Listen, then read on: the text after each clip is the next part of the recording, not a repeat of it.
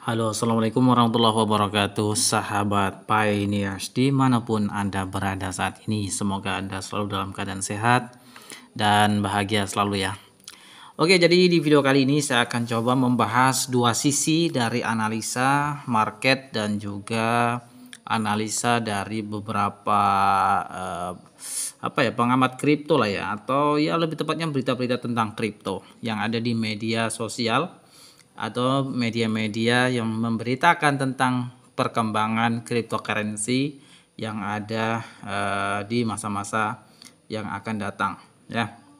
Oke, jadi saya akan coba bahas yang kabar menarik dulu ya.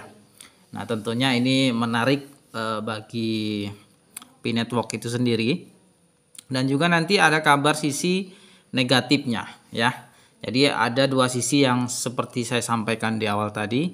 Ada dua yang ingin saya bahas untuk menyeimbangkan berita. Oke, yang pertama kabar baik dulu ya. Tentu ini menarik. Nanti setelah itu kita akan coba kabarkan berita yang kurang enakan. Nah, jadi jangan skip-skip video saya supaya teman-teman tidak gagal paham. Oke. Nah, jadi lanjut ya. Nah, ini teman-teman ya, berita dari nyaringindonesia.com. Oke. Lonjakan harga Picoin dan spekulasi masa depannya di pasar kripto.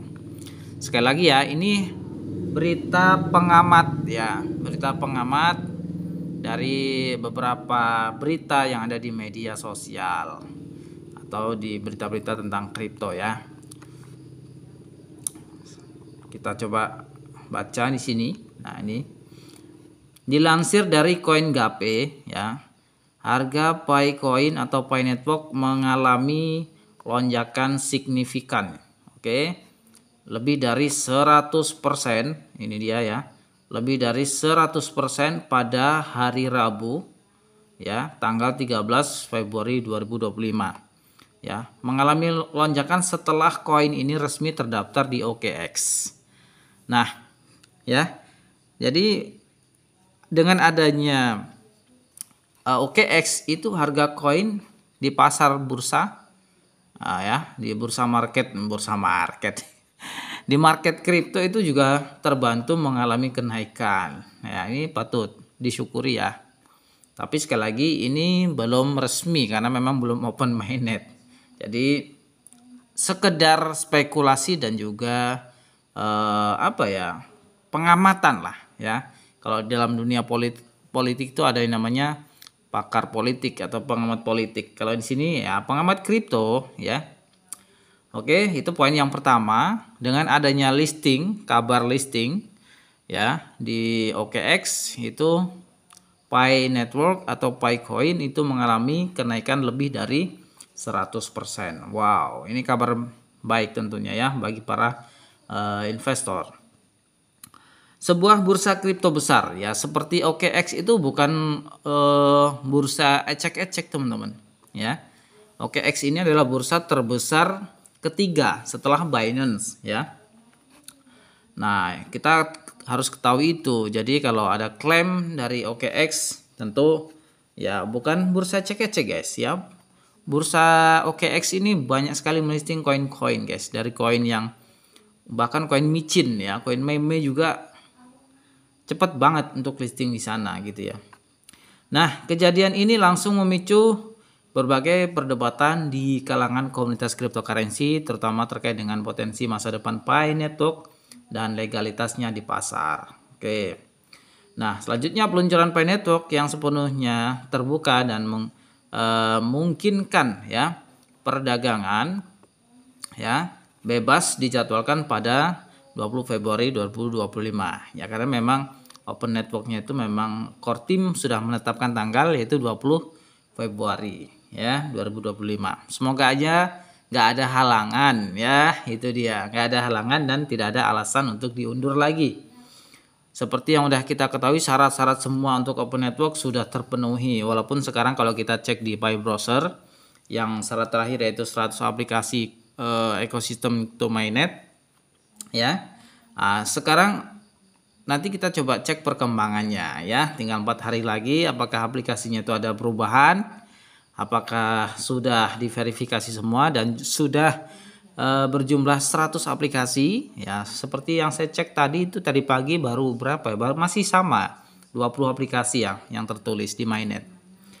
Oke, lanjut ya. Ini memberi harapan besar bagi jutaan pengguna Pi Network yang selama ini terbatas pada fase mining internal dan penambangan token tanpa bisa melakukan transaksi di bursa publik.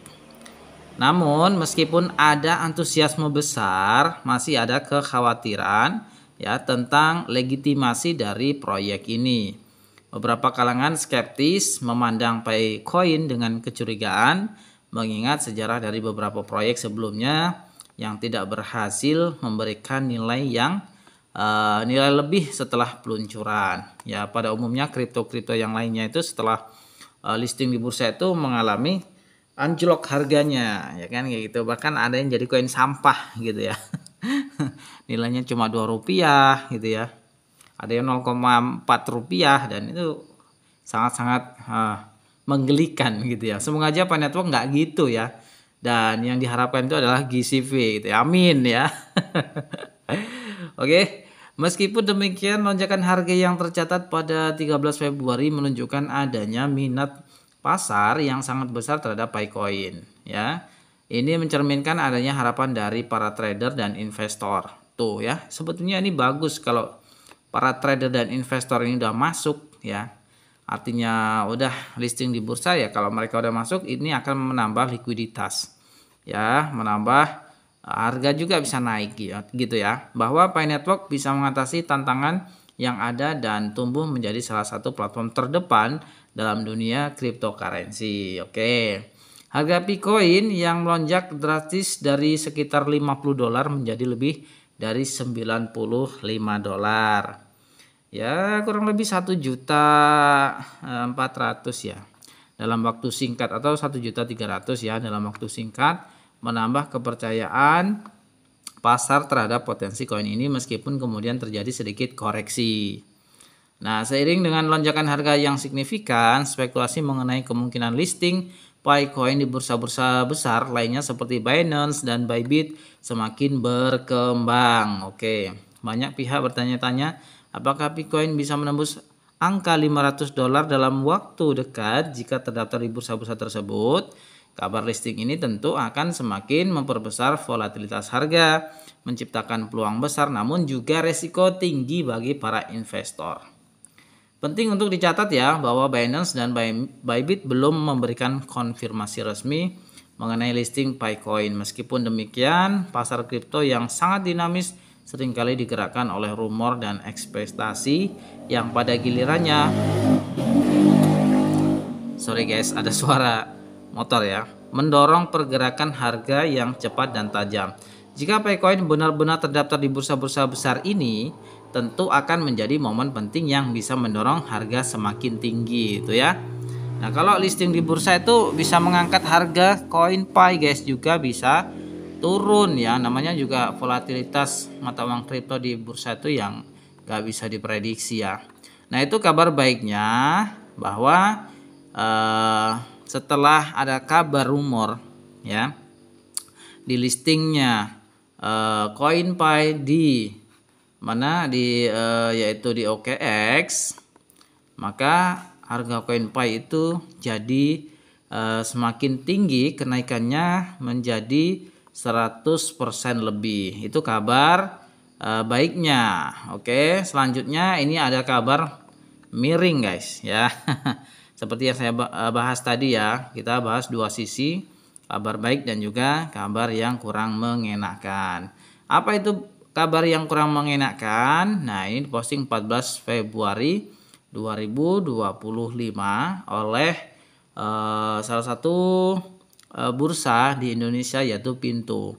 Nah, bursa Pintu ini saya pakai, setiap hari saya pakai ini dan setiap hari saya mencarikan uang menggunakan bursa Pintu ini.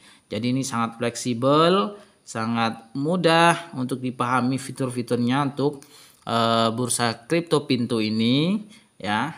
Jadi buat kalian yang minat untuk download aplikasi Pintu, Linknya saya sediakan di deskripsi video. Ya, jangan lupa pakai kode undangan dari saya, yaitu @pintutori. Untuk apa sih kode itu?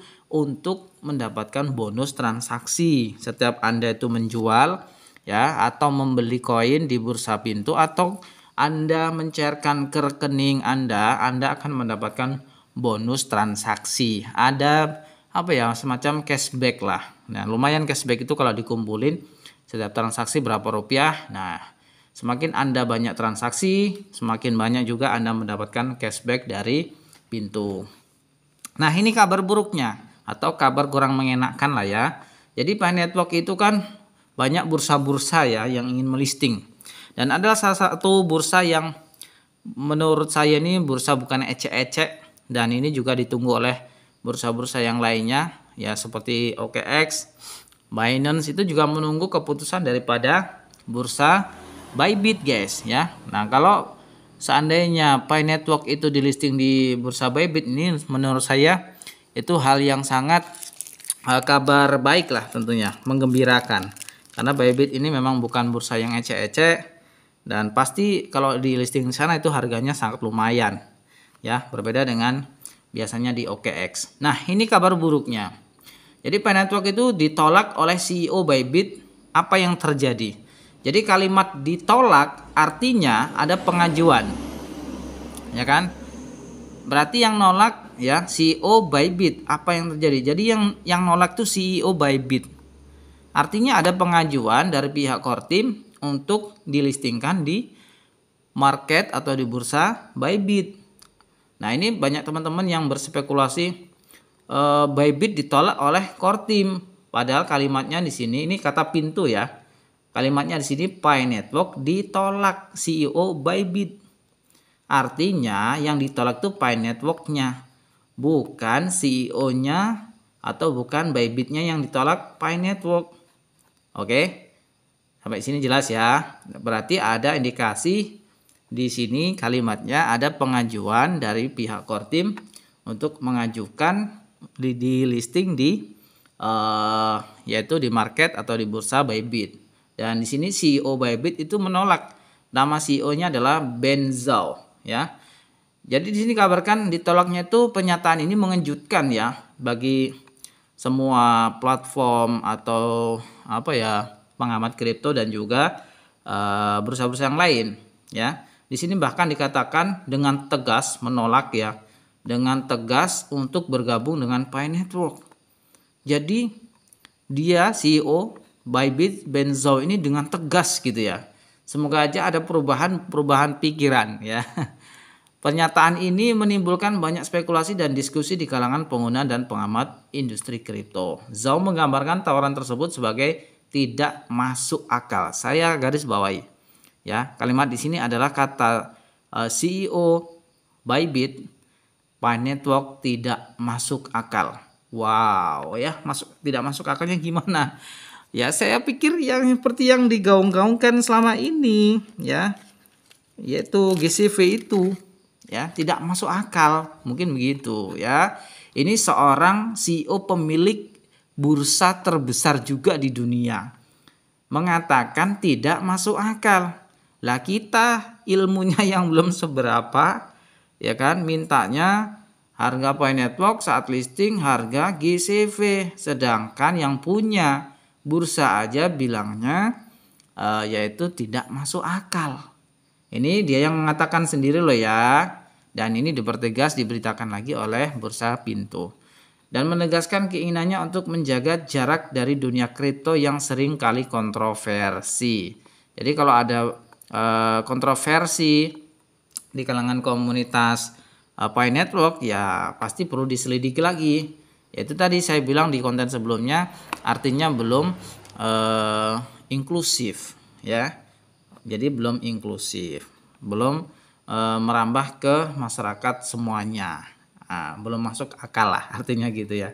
Nah, penolakan ini disampaikan langsung dari CEO, dia men-tweet di Twitternya, kurang lebih ini ya, intinya penolakan lah, ini bahasa China ya kan. Nah, Ben Zhao yang memiliki pengalaman luas dalam trading forex ya, dia juga bukan sekedar Bybit itu kan bursa bukan sekedar kripto ya, tapi juga forex juga. Nah, Saya kurang tahu ya, kalau kalian yang udah pakai Bybit silahkan tulis di kolom komentar ya. Terus terang saya belum pernah menggunakan Bybit, oke? Tapi di sini dia memiliki pengalaman luas dalam trading forex juga ya, mengungkapkan kekhawatirannya terhadap dunia kripto yang penuh dengan permintaan pengembalian dana dari para investor. Jadi Ben Zhao ini punya pengalaman nih ya, punya pengalaman di dalam dunia forex, ada kekhawatiran di dalam dirinya terhadap dunia kripto yang penuh dengan permintaan pengembalian dana dari para investor. Jadi gini, dia seorang CEO punya pengalaman, punya bursa namanya Bybit. Itu banyak investor ya yang sudah membeli koin ya, menaruh uangnya di bursanya. Kemudian ketika sudah di listing di market harganya nggak sesuai harapan. Ya begitu dia beli di market, tiba-tiba harganya anjlok. Ya namanya juga di market. Di market itu ya sesuai permintaan, ya kan? Dan penjualan, supply demand. Kalau ada banyak yang beli, banyak investor yang masuk, ya tentu harganya akan naik. Tapi kalau banyak yang jual, ya otomatis harganya akan anjlok. Nah, jadi dengan pengalaman ini ada beberapa investor yang mungkin kecewa dengan harga yang tidak sesuai. Dikhawatirkan jika Pi Network, ya kan, Pi Network kan ada sisi baik dan juga sisi buruk, dan komunitasnya ada yang menerima GCV dan juga tidak menerima GCV, ada yang menerima dan tidak menerima. Banyak kontroversial juga, makanya pihak CEO dari Bybit dia perlu penelitian kembali.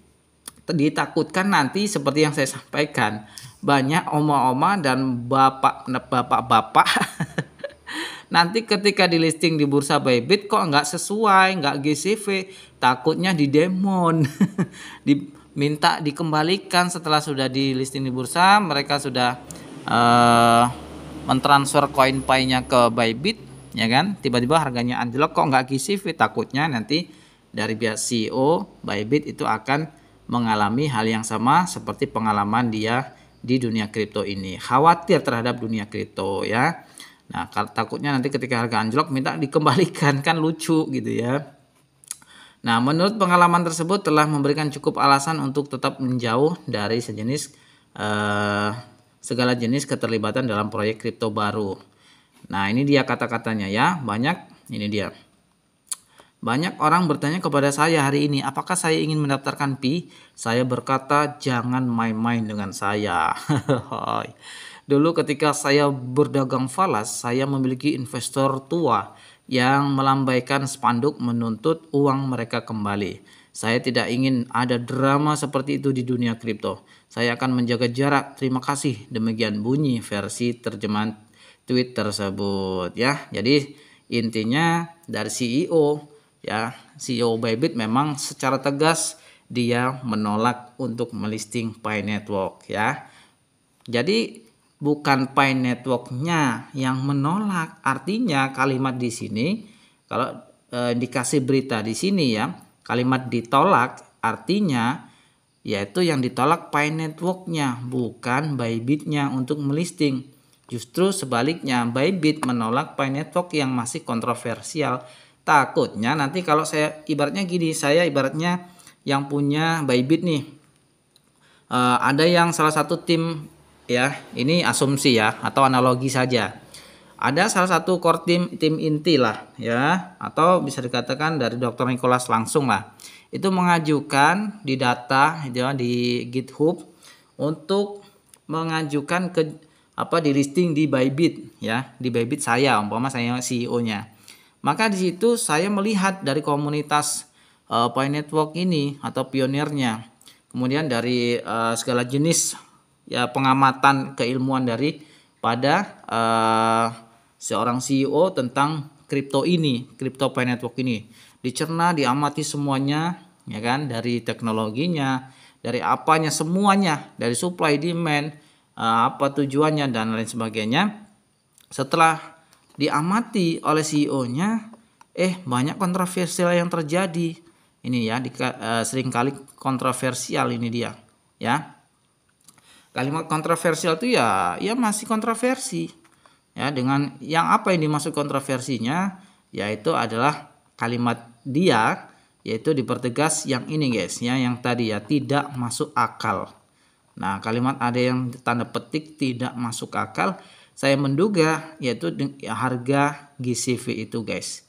Ya, tapi jangan khawatir, meskipun bursa kripto seperti OKX, Bitget dan MEXC telah mengumumkan rencana untuk melisting Picoin, Bybit ya di bawah kepemimpinan Ben Zhao belum memberikan konfirmasi apapun. Hal ini menimbulkan spekulasi di kalangan investor dan pengguna tentang apakah Bybit akan mengikuti jejak bursa lain atau tetap pada keputusan Zhao untuk menjauh dari Pi. Ya, kita nanti tunggu aja lah ya.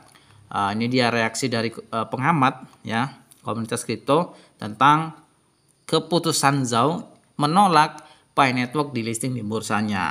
Katanya yaitu cukup bervariasi. Beberapa mendukung keputusan tersebut ya, menganggapnya sebagai langkah bijaksana mengingat volatilitas pasar kripto yang tidak menentu harganya, bisa naik bisa turun. Namun ada juga yang kecewa karena mengharapkan Bybit akan mendukung inovasi baru dalam industri kripto ya. Dan di sisi lain juga pengamat industri juga mengamati melihat ini sebagai indikasi dari sikap lebih konservatif yang mungkin diambil oleh beberapa pemimpin industri terhadap proyek kripto yang belum teruji. Mereka menilai bahwa kehati-hatian mungkin menjadi tren baru di antara para pemimpin bursa kripto di masa yang akan datang. Secara keseluruhan ya, keputusan Ben Zhao untuk tidak bergabung dengan Pi Network dan ketidakpastian seputar listing Picoin oleh Bybit menunjukkan dinamika yang kompleks dan penuh pertimbangan dalam dunia industri kripto. Oke, dan intinya seperti itulah ya untuk informasi kabar yang kurang mengenakan, tapi jangan khawatir ya. Kalau saya melihat ini postingan dari OKX ini memang benar-benar sepertinya dia akan melisting Pi Network. Ada juga MEXC yang tadi ya, kemudian ada Bitget ya. Semoga aja sih nggak berubah pikiran, dan juga semoga saja CEO Bybit berubah pikiran, sudah bisa melihat ya kan, tidak ada kontroversi lagi, dan semoga aja sih. Nah, ini dia ya yang dikatakan dia sebagai kalimat tidak masuk akal adalah yaitu harganya guys ya. Saya menduga itu. Ini asumsi saya pribadi ya. Tapi ya memang kayak gitu kan permintaan komunitas kita ini. Jadi sedangkan CEO Bybit saja keberatan. Oke. Jadi ada sisi baik dan juga sisi buruk untuk berita di video kali ini. Kalau kalian ada pendapat silahkan tulis di kolom komentar. Ini sekedar prediksi dan juga berita tentang CEO Bybit yang menolak Pi Network di listing di bursanya. Dan juga ada kabar baik yang tadi saya sampaikan bahwa dengan adanya di listing di market atau di bursa OKX itu bisa mendorong harga koin Pi bisa juga lebih tinggi dan juga bisa menurun. Tapi kabar di sini adalah 100% ya kenaikannya menjadi 100% setelah dikabarkan di listing di OKX. Oke, sekian terima kasih. Semoga video ini bermanfaat. Jangan sampai kita terpaku oleh berita-berita yang memang ini adalah sebagai acuan ya, atau untuk pertimbangan saja. Jadi inilah berita kripto hari ini. Semoga bermanfaat. See you next time dan wassalamualaikum warahmatullahi wabarakatuh.